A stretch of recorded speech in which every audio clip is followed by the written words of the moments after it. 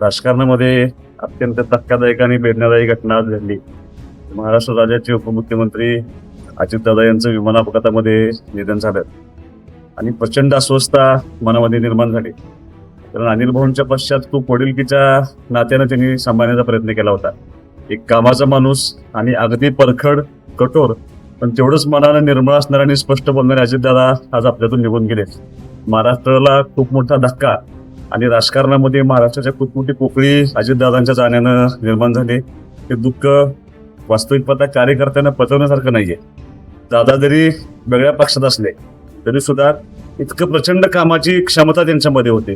कोणत्या पक्षाचा आमदार समोर आलाय त्याच्यापेक्षा त्या आमदाराचं काम जर योग्य असेल तर ते करून देण्याची धमक अजितदादांच्या मध्ये प्रचंड ताकदीने काम करायचे, स्वतः पाठपुरावा करायचे. अगदी 7 दिवसापूर्वी राष्ट्रवादी बरोबर युती व्हावी म्हणून मला दादांचा फोन आला होता की काहीही करा आणि एकत्र येऊन तुम्ही निवडणूक लढा आणि अण्णा तुम्ही एकत्र म्हणून मला दादांनी स्वतः फोन केला होता. दादांचं जाणं हे न पटण्यासारखं आहे.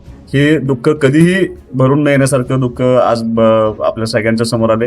ईश्वरचरणी मी एवढीच प्रार्थना करतो की हे दुःख पचवण्याची शक्ती त्यांच्या कुटुंबाला मिळावी. संपूर्ण महाराष्ट्रावरती जे शोककळा पसरते आणि ते शोककळा कधीही आता ते अजितदादांचं जाणं हे कधीच मनातून निघून जाणार नाही. मी संपूर्ण बाबर कुटुंबाच्या वतीनं संपूर्ण खानापूर आटपाडी विसापूर